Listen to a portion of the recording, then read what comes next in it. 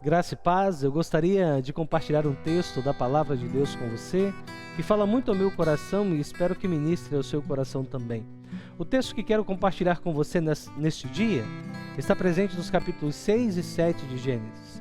E considerando uma período grande, eu vou destacar algumas expressões presentes nos versos que compõem esses dois capítulos. O primeiro deles está no capítulo 6, no verso 9, onde diz que Noé andava com Deus. O segundo está no verso 18 do mesmo capítulo, onde Deus diz a Noé: estabelecerei contigo a minha aliança. E o terceiro está no capítulo 7, no verso 1, onde diz assim: entra tu e a tua casa na arca, porque tenho visto que és justo diante de mim nesta geração. A humanidade tinha se corrompido e com a maldade se multiplicando, e os homens seguindo os seus próprios caminhos, Deus estabeleceu a sua sentença e o dilúvio agora era uma questão de tempo.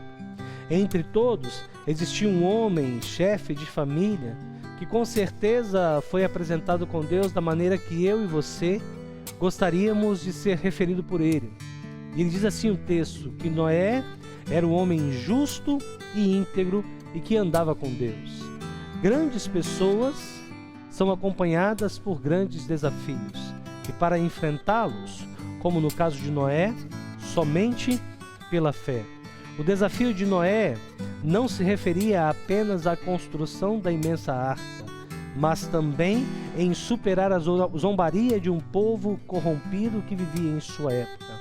Muitas vezes também enfrentamos desafios assim nos dias atuais, mas nós encontramos conforto na Palavra de Deus e ela nos ensina, quando olhamos para o livro de Hebreus, no capítulo 11, no verso 7, fazendo referência a Noé, o autor escreve: pela fé, Noé, divinamente avisado das coisas que ainda não se via, temeu e, para a salvação da sua família, preparou a arca, pela qual condenou o mundo e foi feito herdeiro da justiça, que é segundo a fé. Francis Chan, em seu livro intitulado Louco Amor, traz uma afirmação muito interessante. Ele diz assim: ter fé geralmente significa fazer o que os outros consideram loucura. Alguma coisa está errada quando a nossa vida faz sentido demais para aqueles que não creem. Neste caso, não estou me referindo ou falando simplesmente de uma fé totalmente irracional e louca. Da mesma forma que também não me refiro a uma fé fraca, indiferente e egoísta.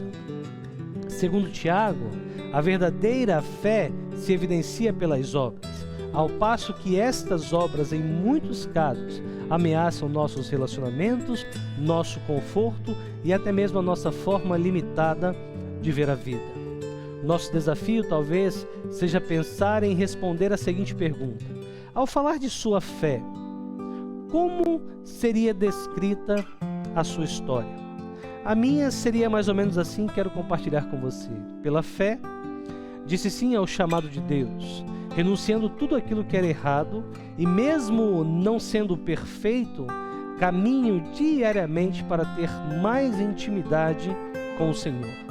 Pela fé, apesar de mim, das minhas falhas, Deus me chamou para o ministério pastoral com o intuito apenas de anunciar o Evangelho que, pela fé, salvou a minha vida e também pode salvar a sua vida. Que Deus abençoe a sua vida, que Deus abençoe a sua família e até a próxima, em nome de Jesus.